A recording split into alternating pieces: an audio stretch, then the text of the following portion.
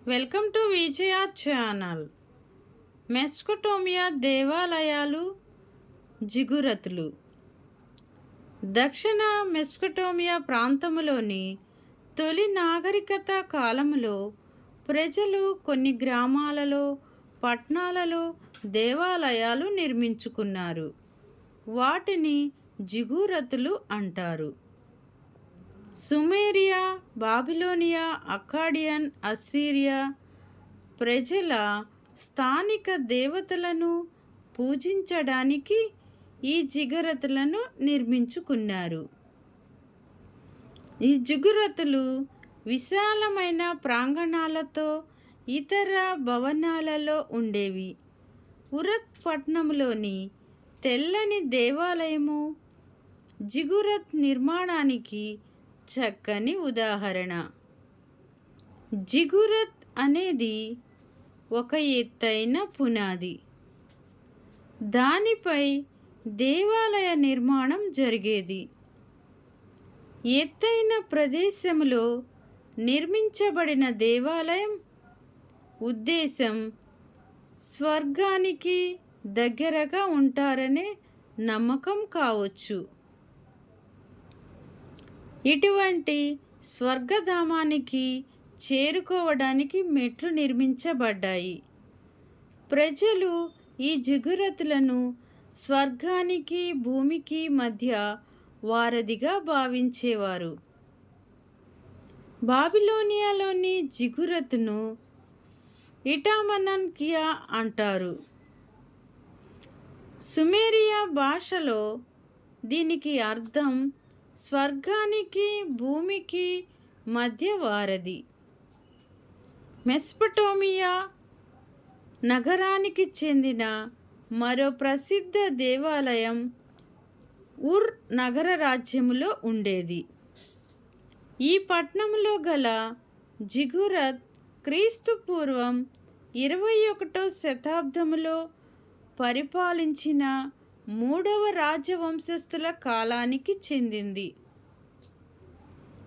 ఈ దేవాలయం ఊరు నగరవాసులు పూజించే చంద్రునికి చెందినది. ఆనాటి ప్రజలు చంద్రుణ్ణి నన్నా అని పిలిచేవారు. వారు తూర్పు కనుమల్లోని కొండల్లో నన్నా దైవం నివసిస్తాడని నమ్మేవారు. జిగురతులను దేవుని నిలయాలుగా భావించేవారు. మానవులకు వలె దేవుని కూడా జీవన అలవాట్లు ఉంటాయని వారి నమ్మకం. అందువలనే జిగురత్ పైభాగములో నన్నా చంద్రుడు జీవించడానికి, నిద్రించడానికి, ఆహార పానీయాలు తీసుకోవడానికి అవసరమైన వసతులు కల్పించారు. మెసొపొటేమియా నాగరికత తొలి దేవాలయము కాల్చని ఇటుకలతో నిర్మించబడింది. కాలగమనములో ఇటువంటి దేవాలయములు జిగురతులు పెద్ద ప్రాంగణాలతో, విశాలమైన మైదానాలతో, అనేక గదులతో ఉండి మధ్యలో రాకపోకలకు ద్వారాలు, మార్గాలు ఉండేవి. యుద్ధ ఖైదీలను దేవాలయ నిర్మాణానికి ఉపయోగించుకునేవారు. వారి జీవన భృతికి రాజు సహాయం చేసేవాడు. యుద్ధ ఖైదీలు స్థానికులు అడవుల నుండి రాళ్ళు, లోహాలు సేకరించి దేవాలయాలకు కావలసిన ఇటుకలు, పోతపోసిన ఇటుకలను తయారు చేసేవారు. క్రీస్తు పూర్వం 3000 ప్రాంతంలో కాంస్య పనిముట్లు, వస్తువుల వినియోగం ప్రారంభమైంది.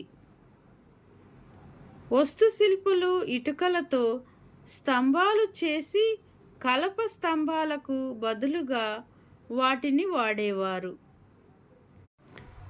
గోడల నిర్మాణాన్ని అచ్చులు పోసి నిర్మించేవారు.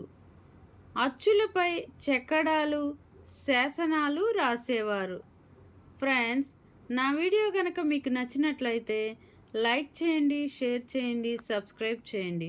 Thank you friends.